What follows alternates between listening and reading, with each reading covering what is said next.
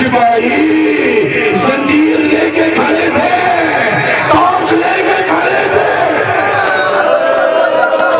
جزاکم اللہ، جزاکم اللہ۔ ابو لتا کہتا ہے تمہارے بادشاہ نے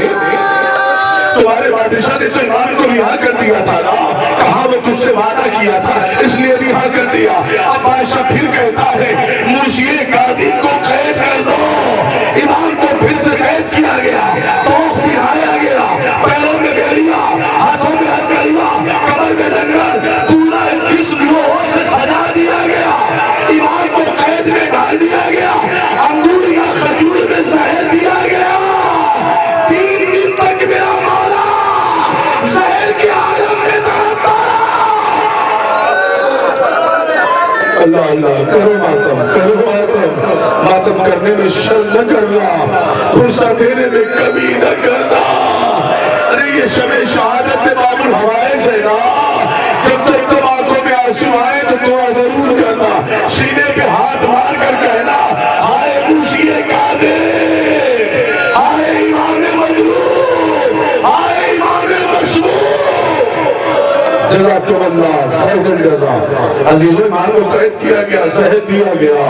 اب وہ وقت قریب آ گیا ہے کہ امام اس دنیا کو چھوڑ کر چلے جائے، اس دنیا کو چھوڑ کر چلے جائے۔ عزیزو ایک فقرہ کہہ دوں اور بات تمام ہونے جا رہی ہے۔ جب امام حسین شہادت کے لیے جانے لگے تھے نا تو جناب زینب سے فرمایا تھا بہن زینب ایک مرتبہ اپنے بیٹے سید سجاد سے ملنا چاہتا ہوں۔ میں کہوں گا اے امام حسین علی مقام، یہ آپ کا نصیب تھا کہ دنیا چھوڑنے سے پہلے، شہادت کا جام پینے سے پہلے آپ نے اپنے بیٹے سے ملاقات تو کی نا، آپ نے اپنے بیٹے سے ملاقات کر لی نا، لیکن ہائے رے امام موسیٰ کاظم، تنہا زہر کے اثر سے تڑپتے بھی رہے۔ جب دنیا چھوڑنے کا وقت آیا تو سرانے کوئی بیٹا نہیں تھا۔ جزاکم اللہ خیر الجزا۔ سرانے کوئی بیٹا نہیں تھا۔ امام تنہائی کے عالم میں دنیا چھوڑ رہے ہیں۔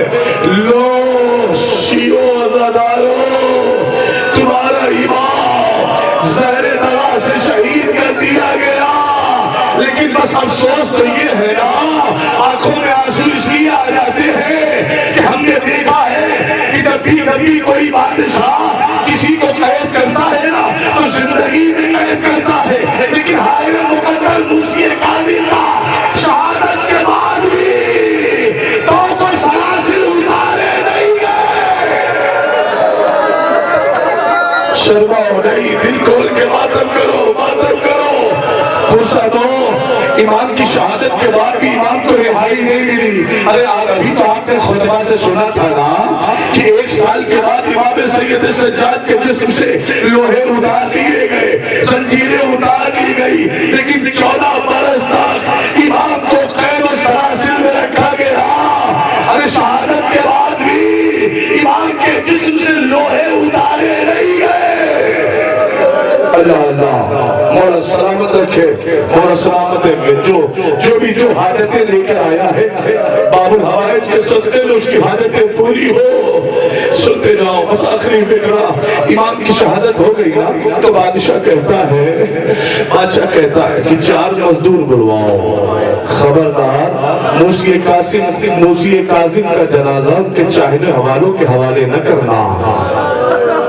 اے امام کے چاہنے والوں، آج تو تمہیں تابوت اٹھانے کی اجازت ملی ہے نا، آج تو تمہیں کوئی روکنے والا نہیں ہے، آج تمہاری جان کا خطرہ نہیں ہے۔